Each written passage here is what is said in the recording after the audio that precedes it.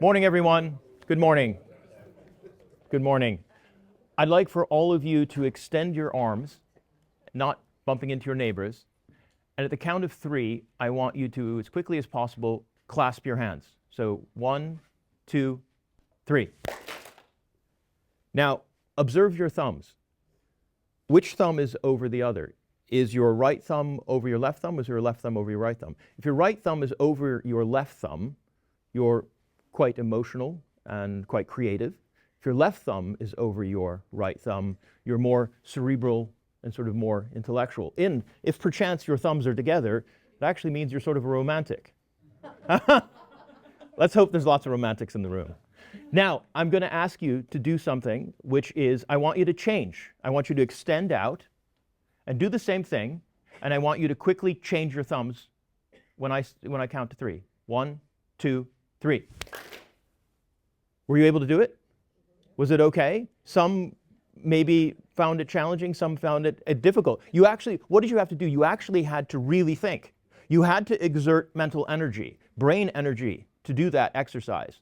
Now, that's problematic for our brains, because our brains always want to conserve energy. It always wants to follow a path of predictability, of just some kind of normalcy, because it is triggered and programmed to really conserve energy. Because let's be candid, the world is a very challenging place, and our brain is there to protect us and to be that operating system to deal with all of the fears, challenges, and unknowns that are around us. And the reality is that our brain is actually wired in such a way so that we must avoid, really, wherever possible, any kind of extra exertion to our activities. So, Manus. Thanks, David. Yeah. That's probably better than an espresso, actually, isn't it? It is, exactly.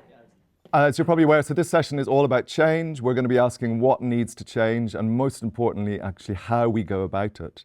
And I've been here since Monday, actually, and one of the things when I come to a conference, I'm often struck by, we hear great speakers, we do a lot of listening, but often we kind of then can go back to our day jobs, things carry on, we hear great ideas, but actually then how do we put them into action? And what this session is about is looking at what change needs to happen, how do we do it, what are the tools we can have to do it? And I'm really struck by, in this room, there's 2 things I think are important. We all have a lot of responsibility in our roles. We also all have a lot of power. And I think it would be an extraordinary thing if after today, everybody made a decision to make just one positive change, one thing. Imagine that if 40, 50 people in the room went out and did that. And I think we want to end with something like that today, to have tangible action in terms of what we do. And so today what we're going to do, a lot of this session is going to be over to you. You're going to have to work hard. We're going to do very little, and this is very much about opening it out. It's about a discussion. So this isn't about us standing here talking. And so do interrupt, do ask questions. Ultimately, what we are going to do is break everybody up to have discussion about some really key specific changes. What are the blocks? What are the tools you can use to actually move things forward, which we think are really important. Just to set things up, I'm going to hand back to David. David's going to talk a little bit about change and some of the tools perhaps that you might use, and then we will go into an open discussion after that. Right. Just to echo what Manus said, this is really an interactive session. I really want you to interrupt me, to raise your hands, to challenge, to actually say, I've tried that before and that doesn't work. So I really, really want you to jump in. And so just feel free, raise your hand and do that. This isn't, the idea of lecturing is, as you know, really not the most effective way of delivering content. It's about you, and we are just quite simply navigators that are helping you. So the reality is that organizations have an allergic reaction to change. They're very much like a cell fighting off an enemy microbe. It's just the way that they're programmed. And the whole purpose of organizations, as you might imagine, are to be just quite simply regular, consistent, and stable and predictable. It's what we want. It's, as I mentioned earlier, our brains are wired that way. But these, of course, are all enemies of change. And many of you who have really tried to do change have already had a real glimpse into your organizations, because when you start tinkering with the machinery of your organization, all the little wheels that you didn't necessarily see, they emerge when you actually start the process of change. Now, today, I think we all agree, we are in extraordinary times. The forces and the headwinds that all of us are dealing with, whether it's higher education, whether it's a record label, whether it's an orchestra, are enormous. And in order for us to be viable, we have to be in a constant state of change. There is no option B. It must be that in order to be fluid. It's competitive, and it is a bit of a survival now, given sort of where the world is. And there is an old adage which says that, you know, you should change before you have to. Because quite simply, if change is imposed on an organization, it oftentimes is very, very challenging. Now, the sad statistic is that most change initiatives, about 70% or so, actually are not terribly successful. And the primary reasons behind that actually deal with the individuals, the employees that are actually embarking upon the change. And that's going to be one of the focuses of our session this morning, is really drilling down and understanding who we're working with in the change. And also the other theme is really working about from leadership. You're all leaders in this room, and how you deal in leading change. Can I ask just to give, since that word on the board, change is kind of really huge, just to get a sense of who's in the room, because we don't want to assume we're all from very different backgrounds, different parts of the world. Can you put your hand up actually if you think change is necessary, if you want change? Pretty much everybody, okay. Can you put your hand up if you want to change what you do? So we're pretty much in a converted room. That's good. Just that is good. Yeah, we were actually wondering if there were going to be some people just sort of saying, no, it's all cool, it's all fine. No, we're not. We're hands up. We can maybe ask. Yeah, no, I was really sort of interested to see. No, I'm here at this session, but I'm not interested in change. I would have been very interested in having a conversation with that person. And the reality is that, as mentioned, it also fails because of the individuals who are involved are not led in a very effective way. And so we're going to unpack many of those sorts of things. So just a brief question to you, just to open up things. You know, when was the last time that change happened at your organization? And was it effective? Volunteers, thoughts? You must have had some recent encounters with change, and it was beneficial, which was great. And what can we learn from that? What do you expect? A yes, a no, or an? No, I would like just a quick synopsis of the situation and whether. Yes, there was a plan, and yes, it was successful. Okay, Michelle. Yeah, I'll just mention something that we mentioned when we were talking about audiences yesterday in one of the other sessions, which is I'm from the same organisation as MANUS, the RNCM, Music Conservatoire in Manchester. And during the pandemic, we, like many other performing arts venues, tried live streaming our music, our student performances. And I think one change that we made on the back of that was that we hosted these live streams. So we had somebody who would talk to a student and talk about the issue, and we carried on doing that afterwards. So for the symphony orchestra concerts now, we have a host, we have someone who interviews the student, and I think that's worked really well. And it, you know, as few of the things that came up in the sessions yesterday about the importance of audiences feeling a connection with the performers and a humanness. Yeah. I think that's worked really well, and it came about because we were forced to rethink things during COVID.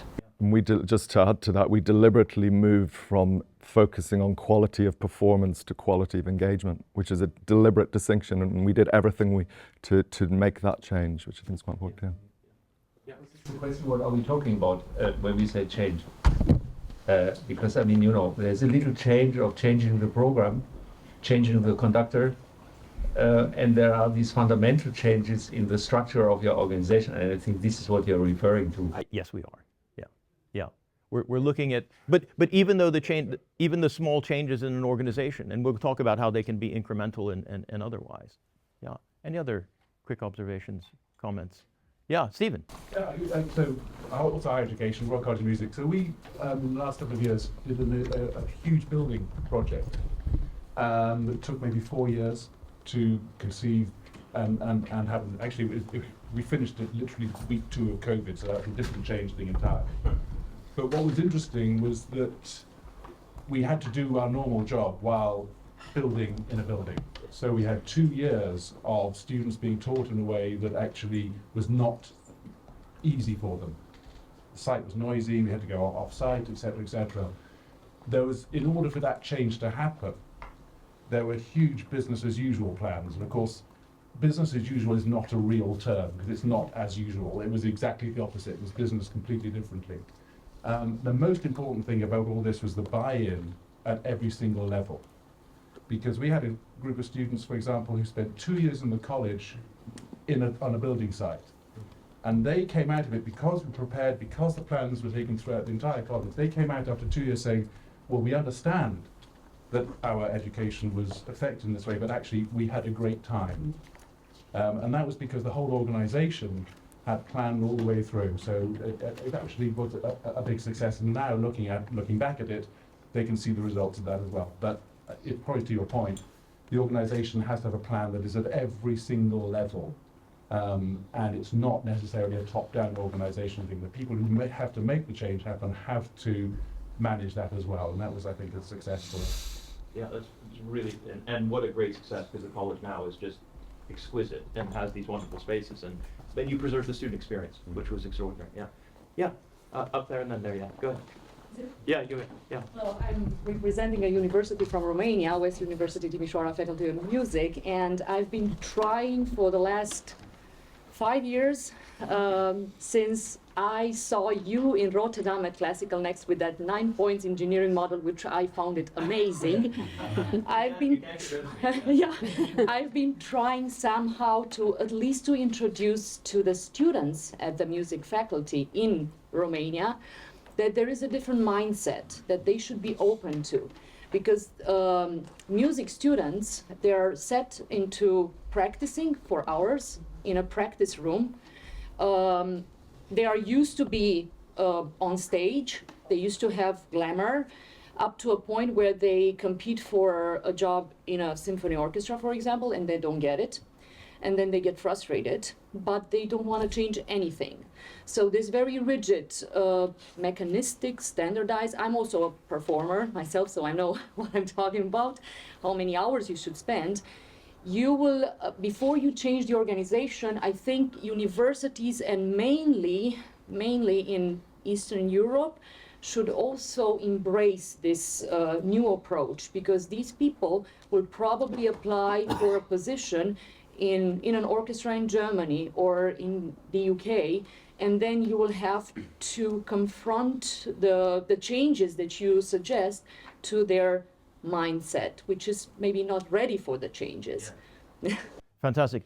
We have a little case study that will help unpack that actual issue. And there are wonderful success stories that have happened in America, actually, that have absolutely been incredibly effective. Yes, go ahead. And those of you who are standing in the back, come sit in the front. There's plenty of room here. Come on down. So I'm James Ross from University Arts Record Label in London. Yeah. I also conduct a lot of orchestras in the UK. The point I was actually going to put out is just to have the concept of change and the concept of innovation, and that they are not necessarily the same thing, and that sometimes if you want excellence in innovation, you might actually need to be careful about how much institution you change at the same time, because sometimes to get great innovation, you need some stability and security and continuity in how you actually operate to be able to deliver new things and that innovation. So I just put out that as an idea for our thinking during this.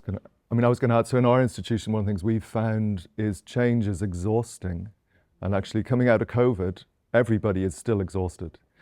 And I think we've got to separate, certainly in our institution, which works in cycles, there's actually a lot which doesn't change, and that's fine. And actually to go, well, this is fine.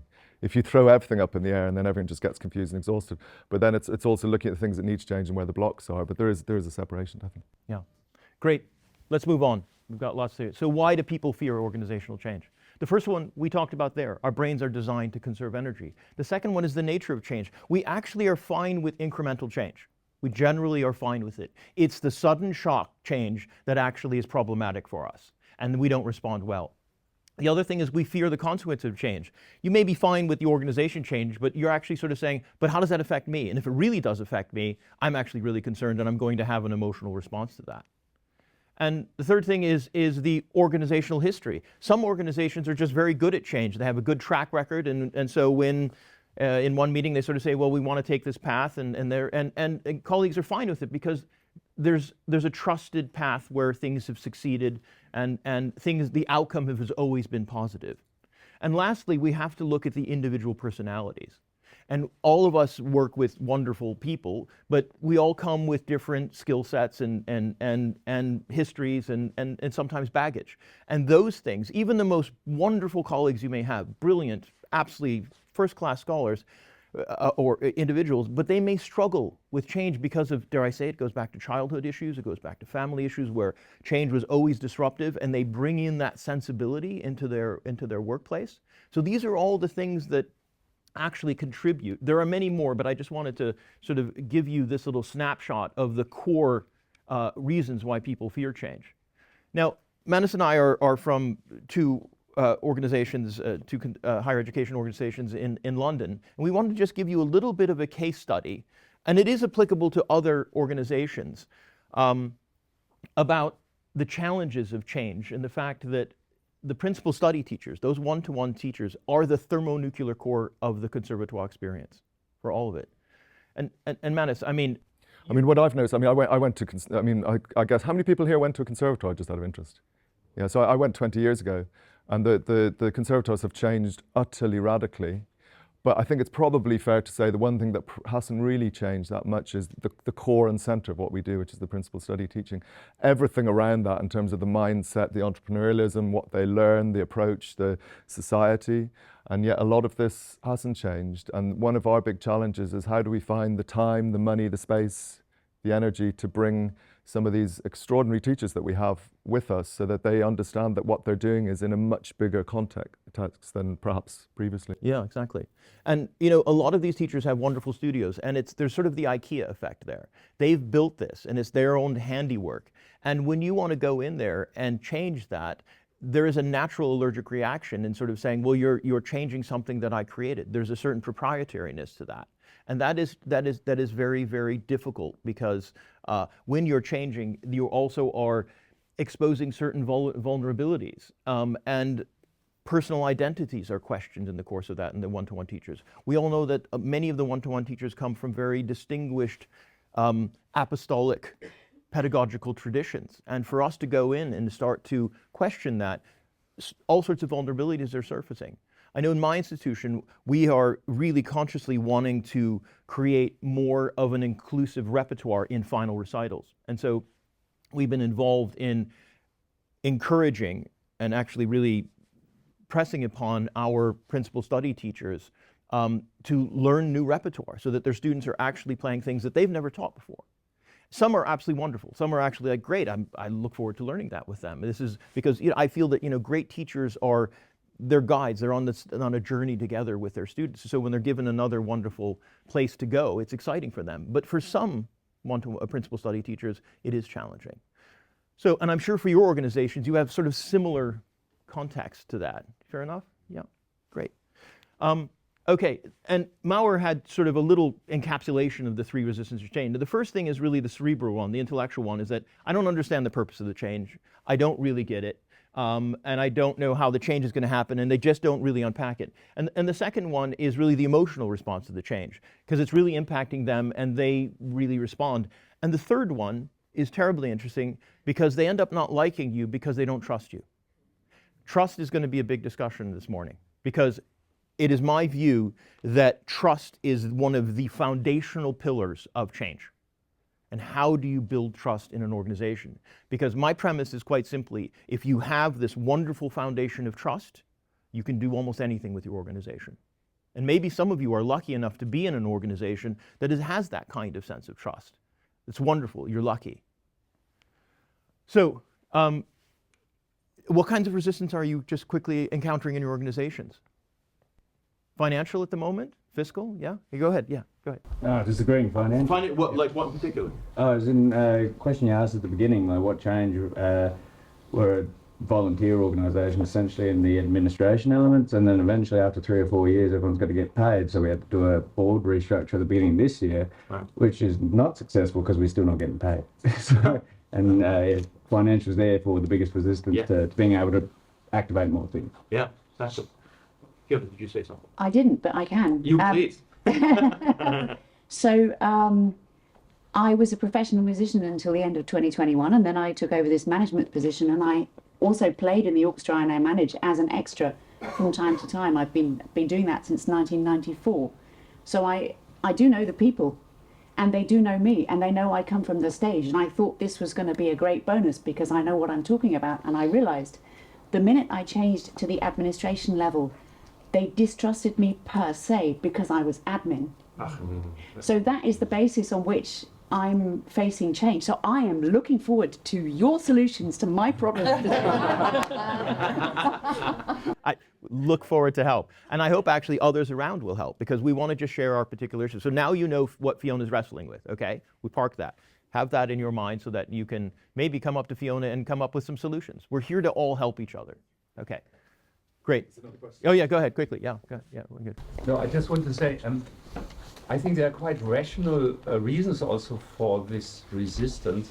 It's because we have to change all the time anyway. I mean, the communication channels are changing all the time. The ways we communicate are changing, and the technology is changing all the time. And this actually takes a lot of energy and makes that, in most cases, until now, these changes haven't made my life easier and not that of my colleagues. Yeah, you always think that the internet, the computer and so on, that this helps.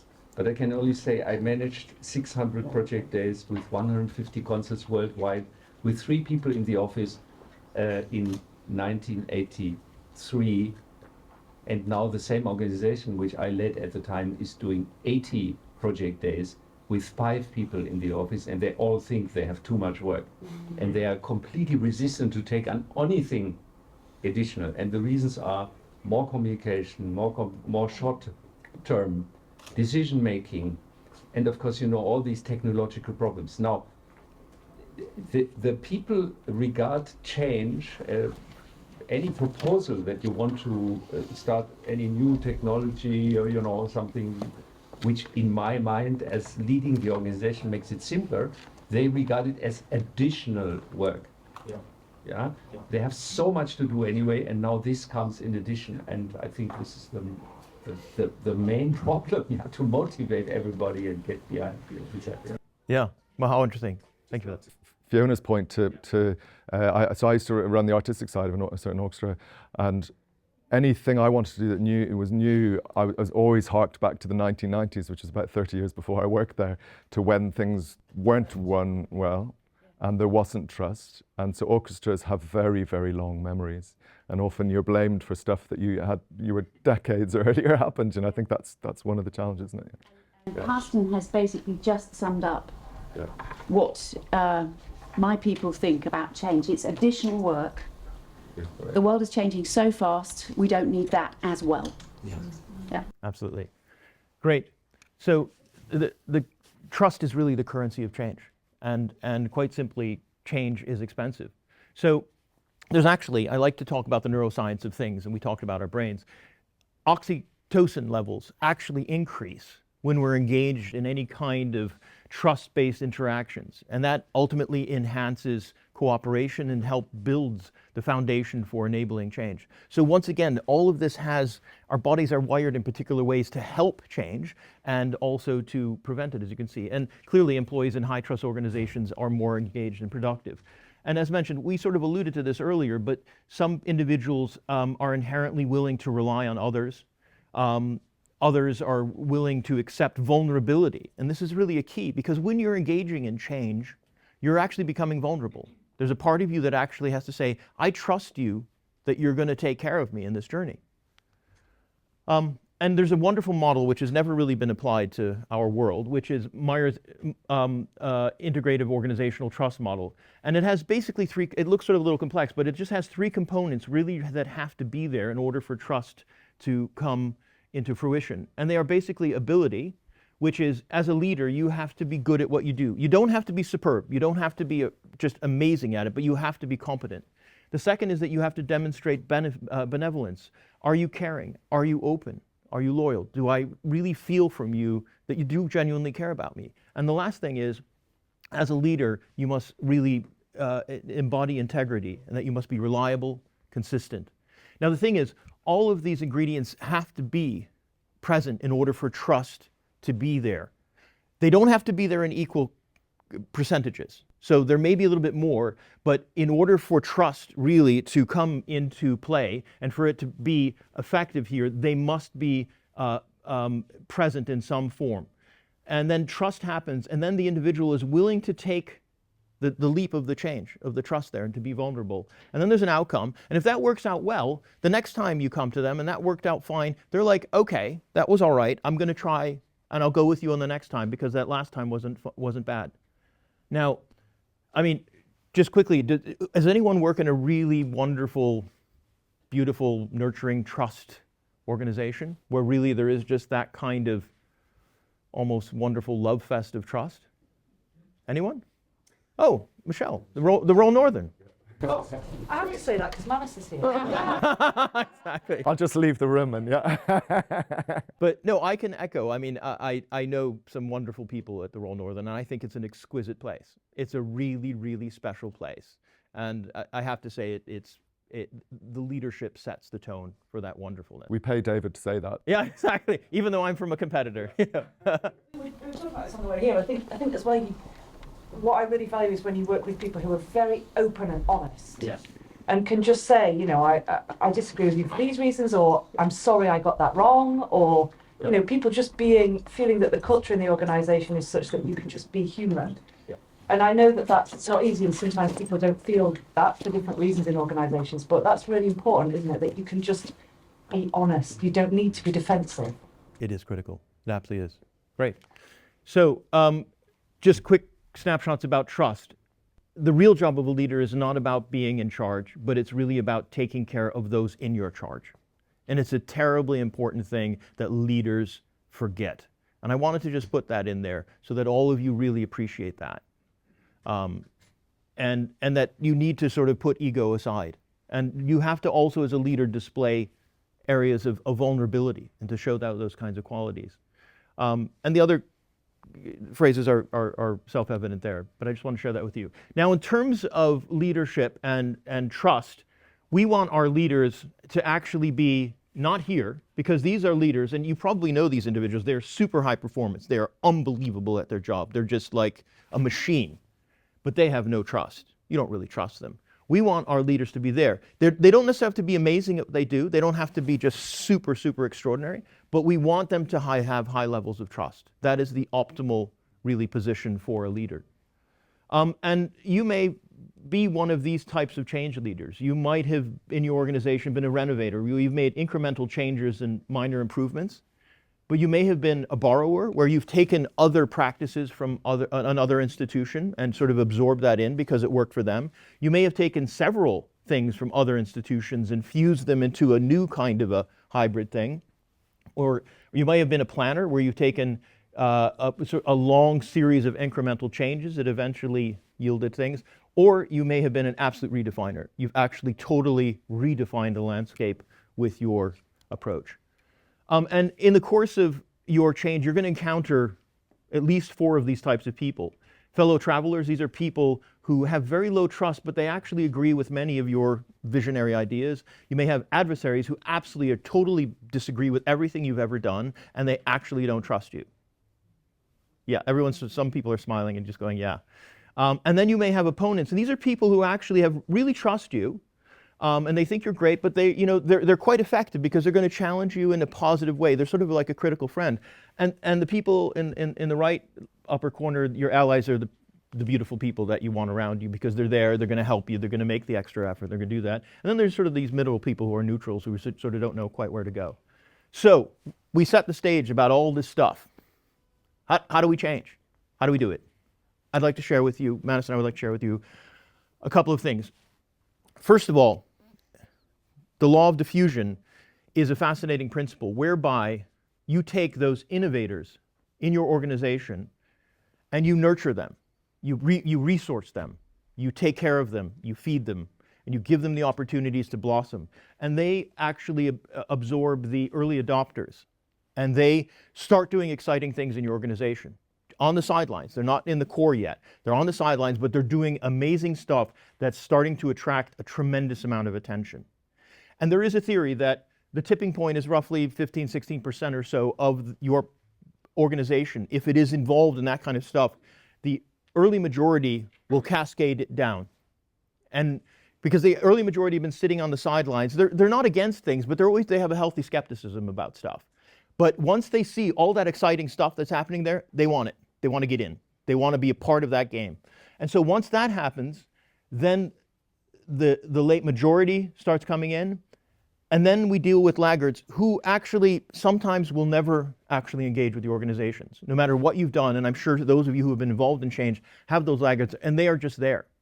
They're just, sometimes you need to deal with them surgically. But the reality is that this is what I feel is one of the most effective ways to enable change in an organization. I'd like to share with you just a video. Maybe some of you have seen this. This is at a music festival, and there's this one guy, and this illustrates really the law of diffusion in a very simple way. And so it's just one guy out of the nowhere, and then a friend comes and joins him. So these are the early innovators and the adopters, okay? And they're just hanging out. I didn't play any music in the background, but it's just, you can think of dum, dum, dum, dum, okay? And so this is happening, but they're sticking out. Like no one else is really dancing. They're having a good time. And you will see they're attracting the interest of other people around them. The other people are sort of excited. They like what they're doing. They think it's sort of edgy. No one else is really dancing. And then you'll see, as it sort of progresses, more people join. Strange people really join. And then as it goes, we've got 3, and now there's more, and they're doing highly unusual things. But they're having a great time. And you'll see more. Now suddenly more come, and more come, and more come. And you'll see, actually, if we ran this whole video, the entire hill, that entire hill starts dancing and actually getting in with the vibe of that one little radical innovator that they started. Okay? So that is the law of diffusion. Yeah? You got it? That's the law of diffusion. Now, the other thing is that we alluded to the fact that emotions play a critical component, because as analytical as we can be, people don't respond to that. They have to really feel why the change is happening. And when they have an emotional connection to why the change needs to happen, then you really have that buy-in. Okay? So I just wanted to give you one little example of where curricular change at a world-class music school in America happened successfully. And I hope that this will be applicable even to those of you who are in other facets of the industry. The dean, Rob Cutietta, years ago decided that he really needed to change the curriculum at the University of Southern California. And over the course of 2 years, he had his principal study teachers, there were, I think, well over 100, come to his house in groups of 8 and 10 for dinner. This is over 2 years. Just come over. And it's not like he was coming there and it had invited them there to tell them what he was going to do. It was quite the opposite. He just wanted to get to know them. He wanted to just ask them questions and see how they were. He embodied something called humble inquiry. We just wanted to get to know them. Also putting things on the table with regards to the changing landscape and how those are things. So he started to, in a very granular way, instill this sense of trust so that they knew him, they knew them. He was in their home. He invited them into his inner circle. And so in the course of that process, he co-created a new curriculum with them. And there was a clear vision forward, and he was able to implement it very effectively and got buy-in from all the stakeholders, from the alumni, the students, and it was a very radical curriculum because actually the final recitals were totally reinvented. Students didn't really have to do them. They were actually project-based. They were really reflecting their own identity. And applications increased over 400% as a result of that curricular change. Yep.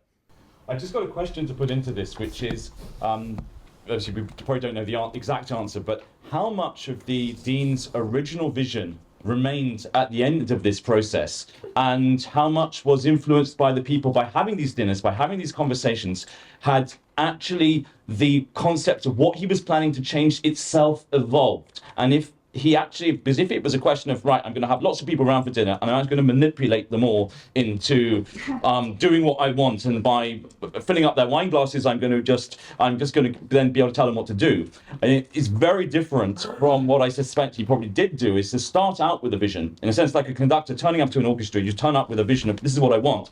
But of course, then you're interacting with intelligent, skilled human beings who have their ideas of their own. And the end result, hopefully, is going to be infinitely better and more interesting than just your original vision.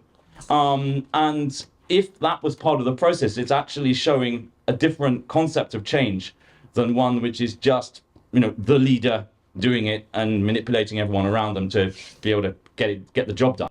I can assure you that Rob worked in that kind of wonderful co-creating environment. And he, of course, and great leaders have to have some point of horizon that they have to aim to. But you're right, USC is filled with some of the greatest teachers, and he took them on board in the journey and absolutely shaped his vision. And he had them as co-creators. And when you have co-creators, you take them on the journey with you. But you're absolutely right, yeah. So, well, I'm sure I'm just for the sake of time, I'm sure you've experienced sort of similar effective change management things, but I want to race forward and just go through just a couple of slides before we break out into groups. But Rob basically did all of these sorts of things. The new ideas were encouraged, people were given freedom, and Rob has also really practiced humble inquiry. So let's talk about the tools. This is the actual toolbox that you can use for your institutions. Now, Kurt Lewin was a great thinker in the sort of the 30s, 40s, and 50s. And he came up with this wonderful quick model, which was quantifying the driving forces for change. And as you can see, there's the target for change, and these are the restraining forces. And as you can see, some of the areas are wider and thicker, so they're more severe. There's a model here where you can actually put numbers to them, and you can sort of say, oh, well, that's like a force 10, and that's a force 7 or whatever. So you could even do that for your own organizations to see what exactly quantify the actual areas of the forces. Now, Lewin continued on, and this is, it's sort of blocked there, but this is unfreeze, change, and refreeze. And so you can imagine them like an ice cube. That's an ice cube on the top. You melt the ice cube and you reform it into, in this case, a cube or a cone or a triangle. And so basically the process is not unlike what we've been discussing, is where you want to clearly define what the current situation is and why change is required, work with the forces, prepare the change, communicate the issues, then you change, you provide the training and the support. Training is incredibly important because individuals may need new skill sets. It'll be a period of confusion, so you need to be very vigilant as a leader. And then you establish the stability and make certain that the changes are locked in and reinforce the change and to celebrate short wins. It's a very simple, elegant model. It's been in use for decades and has proved effective. Now, it oftentimes works in consort with Kotter's 8-step change model, which is also one of the main change models existing, but it has, as you can see, a cousinly resemblance in these 3 areas. But here you create urgency for change. You actually make clear why change is necessary. You build the coalition, co-creators, create a vision, communicate the vision, empower, create quick wins, build on change, and embed the change. Okay, and here they are just sort of next to each other. And you can see that they work very comfortably with each other. And once again, this has been tested and it's been one of the core change models for organizations for decades. Now, I have trepidation about those models to a certain degree. They're incredibly effective and you should use them, but quite simply, change is not linear in that way. It is oftentimes a voyage. And I wanted to share with you a model by Porokuru, which really sort of celebrates the fact that organizations need to go through this very, very different journey. And each one of these places are places where an organization may need to sit for a period of time before they actually realize, okay, well, we figured this out. And let me just unpack them. The first one is, for example, the Garden of Trust is where you need to build the trust. And so you may sit in that garden for weeks, months, maybe a year, in order for that to be built. And then you may move on to the laboratory where you try pilot programs for new processes. Then you set up your goals. Then if there's issues, you go into the court of conflict to try to resolve them. You want to celebrate the successes, very much comparable to what Kotter said. So you go into the exhibition center. Then you may go into the graveyard of old habits because people are still stuck in their own ways and they just won't budge. They just are very nostalgic about the past, so you need to unpack that. And then you may get stuck in a labyrinth where you're just spinning your wheels and you don't know where to go. So you have to stay in there to figure out where you need to go. And then there may be drama, of course. There's always drama and change. So you go in the opera house of emotions. Then you may need to go find innovative ways there. And then you may need to go to the agora for constructive dialogue.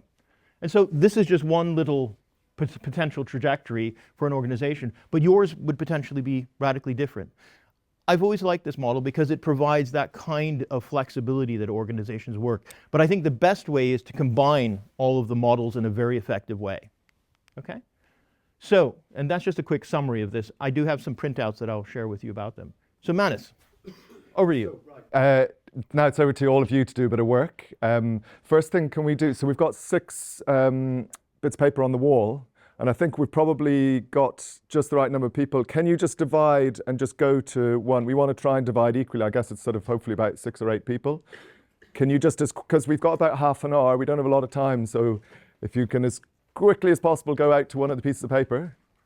I'll just give you a second.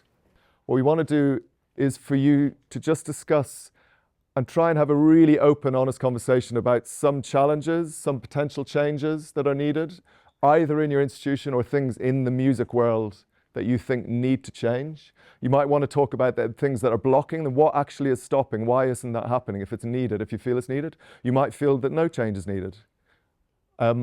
What needs to happen, what actions need to be taken.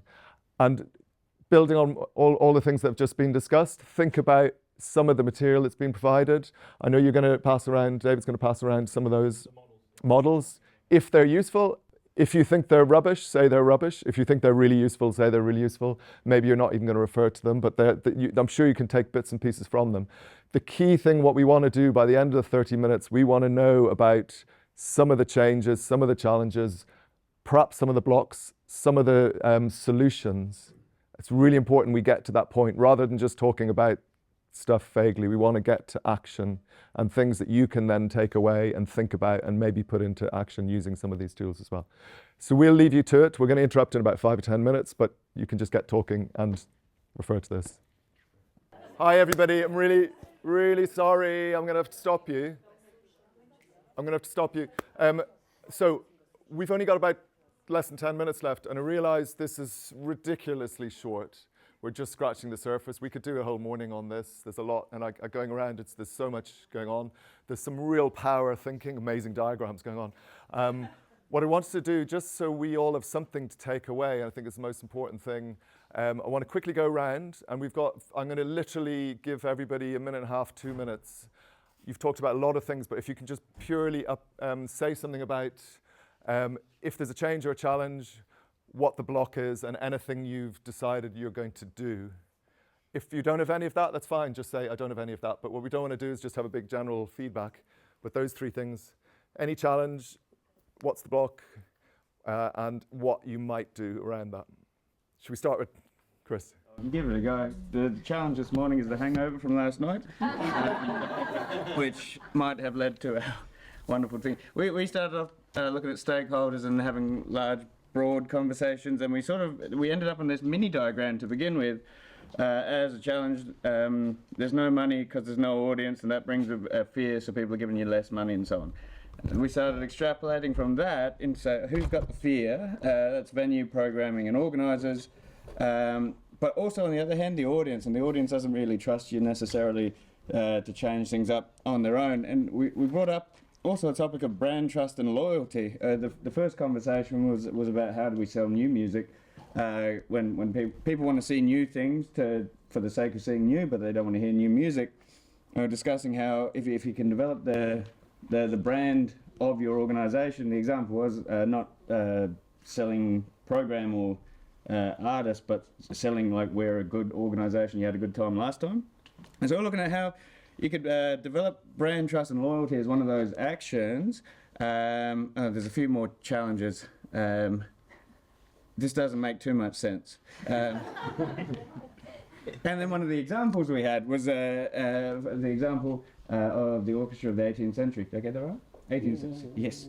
It's the right century. And The right century. And one of the action points I've taken to get venue trust is to sort of rejig their financial agreements in a way that then they're shifting the risk balance from the venue and the promoter onto themselves with a possible better benefit for them in the end. So it's a sort of win-win where they're taking away the risk. Say again? Further risk. Yeah, exactly. So then the switch of that is allowing more venues to take them in, knowing that they don't stand to lose as much, and that is already having positive benefits. So, thank you very much.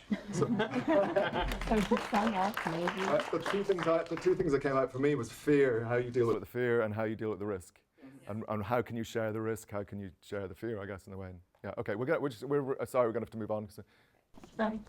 Yeah, so we started the discussion about our internal things and thoughts, but then we decided to shift to the external risks we have and we had to face in the last couple of years by our economic and governmental decisions, so that are out of our hands. So we had to address these challenges, and we had to adapt to these situations. And how can we reach it? That was the question when we had to stop talking.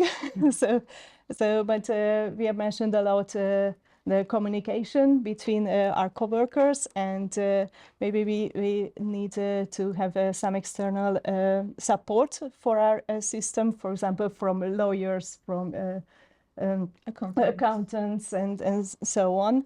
So if we build a trust with these external people, we can have good decisions, and we can overcome with these challenges. So another kind of similar sort of trust, relationship building, sharing of risk in terms of trying to move things forward. Yeah. Yes. Yeah. So if we have a trust inside our organizations, we can overcome with these kind of challenges. I'm pretty sure about it, but it's out of our hands. But we have to survive. Following on from that is what are you going to do to go and build? What can you do differently? Maybe using some of the things that you shown earlier to help go away and build that trust. What's the thing that you can actively do? It's the big question, isn't it? There was a lot of writing up here. Yeah, right. So we exchanged ideas about, we talked to each other about what it is we're facing right now. We managed to categorize and said that on the one hand, we're dealing with really rigid systems. And on the other hand, we're dealing with a complete lack of system, so that the challenge is either create a system that works or change a system that doesn't work anymore. So we talked about systemic change. We had a look, according to the law of diffusion of innovation, said, okay, we need about 15% of the stakeholders who are involved to buy into the idea of change. And so we sat down and said, well, in terms of level of influence, how many people is it we need to reach? And are there stakeholder groups who are really close in, who can then take their influence onto the next level? So we looked at the smallest possible group that we have to influence and wrote down the numbers so that we could imagine, well, how many people do we have to speak to? In my case, that's 5 people. It actually sounds manageable. So then we talked about action steps and discussed that there is generally we are, some of us anyway, are dealing with a lack of awareness of the need to change. So he said, well, the first thing is look at that 15% group, start talking to them. This is a place where trust needs to be built up in whatever way possible. Start talking to them and convince them that there is a need for change. And that will be the first step. So assuming we've managed to do that successfully, the second step would be to sit down with that 15% group again and co-create, ideate, what can the new system look like? So that's as far as we got. Yeah, great. That's really brilliant, yeah. Great. Let's keep playing on because we're running out of time. So actually really similar. We were discussing a lot around the issue of the challenge around trust, and actually that there is definitely a certain generation thinking about musicians, management, relationship in between, relationship within musicians, relationship within management, but particularly from a management and musician perspective, that there can be for some musicians coming from a default place of distrust, and you have to earn their trust, rather than coming from a place of trust, and then that might be broken if something goes wrong, which might potentially be more prevalent in other industries or other sectors, don't know. But so that's not the case for all musicians, and we know that there's a massive load of baggage of why musicians might come from a place of distrust, because they've not been paid right or at all, or been treated badly, or in unfair conditions, etc., etc., etc. We know there's absolutely valid reasons. So we were talking about how you can start to begin to build trust. I mean, we were coming from the perspective of orchestras, large symphony orchestras, and how you can start to build trust, because if you're coming from a place of distrust, you've got to build and earn the trust before you can do anything. So we were trying to unpick what that might look like, and it's really similar. I mean, number one, effective communication, really clear, constant, open communication. Like Michelle was talking about, accepting failures and owning up if something goes wrong and being really open about that, showing your human side. Perseverance, time. It takes a lot of time to build trust. If they're coming from a place of distrust, you've got to get them to 0 and then up, right? So perseverance, you never give up. And then allies, and I think we were kind of fitting in, I think, with this model a bit, and similar with what these guys were talking about early adopters. So getting a musician on the management team or working very closely with the management team, start with one, and then you get more and more and more and more, and suddenly there's no difference, and there's just everyone's coming from a place of trust. Listening, having a really open door and clear points of contact so that people know who they can go to if there is an issue or a problem, so that instantly there's not any distrust about it being handled or them being supported or the issue being resolved, because they know who to go to and they can deal with it quickly. Fantastic. That's amazing. Loads of really, really tangible things to move forward with there. We started a couple of minutes late, so we're going to just run 4 minutes over. So we're going to give two minutes each, but go to this group. Shall I speak? Okay, my name is Thomas. I am from the Deutsche Symphonie Orchestra, DSO, in Berlin, which is kind of like Radio France or BBC orchestra. And we have a huge change in this orchestra because we decided, after realizing that when an average concert goer goes to a concert of the symphony orchestra or wherever, he would listen out of 100 classical musical pieces, only but 2 of female composers. So we decided that we would never give a concert again without a composition of a female composer. This change was thrown into the orchestra like a bomb. And it was a change without communication, consultation, coaching or whatever, because we decided it ourselves, and then we made the orchestra follow our strategy, and we even created a huge theory about it, onto it, which is called feminism, feminist program policy. And so we started to really go into history, dive into history. When did the musical or the classical musical scene stop to perform pieces by female composers, and not only 15,000, but actually going back to before Christ and trying to do musicologist work. And so what we did is we threw this bomb into the orchestra, at the same time into the public. We got huge shitstorms from the right wing, whatever. And so what we now started is, and this is what we discussed in the group by Australian and Ireland. What is it? UK academies. We started to think, okay, you can either choose the way of a bomb throwing, or you can do it smoothly by trying to conquer your colleagues, and this is by communication, by consultation, coaching, constant accompaniment, and conversation. And so we defined this rule of 5 C's in order to be successful in change processes. Fantastic. That's great. So totally different approach here, which obviously has been really effective. That's brilliant, really brilliant. Last but not least. Our group was coming from different backgrounds. We have composer, marketing. I'm managing an orchestra. So we decided to have a problem that is general in classical music, not in organization. And because of our backgrounds, it took a while to find a common problem that we would like to start solving. And because of that, we didn't have that much time to solve, which I think is a good picture of our classical music business in general. Anyways, we decided to go with the question, how can classical music reach new audiences without compromising too much? And then we were trying to find what is actually blocking now, because there are, especially in like contemporary music, there are not so many new audiences coming in, and we thought that there might be some issues about how concerts are seen outside, that it needs a lot to be focused, and it's maybe difficult to take part in concert. Maybe there are some old fashions that are not familiar to people, so they are a bit afraid to come in the concert.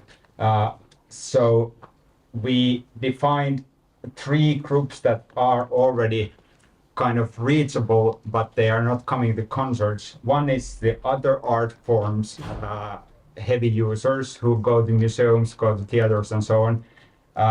Other is people who are listening to music a lot and like good quality music, but not necessarily classical music already. And then there's an education system that could be used for reaching new audiences.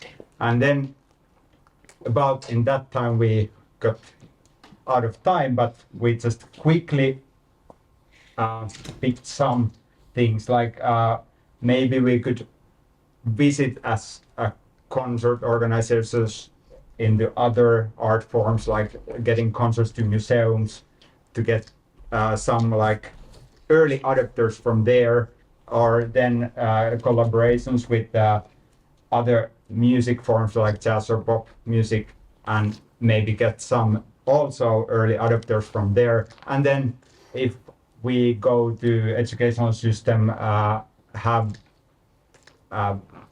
repetitive contact with them, there also might be some new audiences. And after that, there would be like early maturity in a couple of years. Fantastic, thank you so much. It's great to see so much different feedback, which is really fascinating, and some really, really tangible things.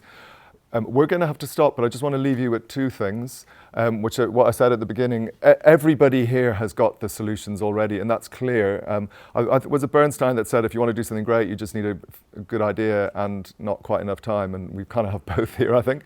And clearly there's not enough time, but also there's the beginnings of some quite simple but also really fantastic things. So I want to leave with a challenge to everybody here to really genuinely go away and think, if there's something that you think needs to be better or to change, think about what the obstacle is. Take some of this and actually just do something, because you have the ability to do that. Everybody has.